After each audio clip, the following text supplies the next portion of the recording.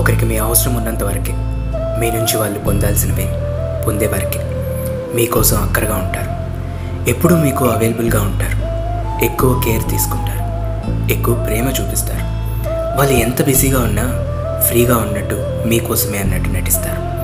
మీతో అవసరం తీరిపోయాక మీరు పెంచుకున్న ప్రేమకు నొప్పిని మోయలేని బాధని మీరు పూర్తిగా భరించలేనంత జీవితానికి సరిపడేలా కానుకగా ఇచ్చి వెళ్ళిపోతారు. అది మీరు మోయలేరు. So please keep distance to lovely words. ఎవరైనా మీతో మాట్లాడకపోతేనో మెసేజ్ చేయకపోతేనో వాళ్ళని అడుక్కోకండి, ఏడవకండి, బ్రతిమాలుకోకండి.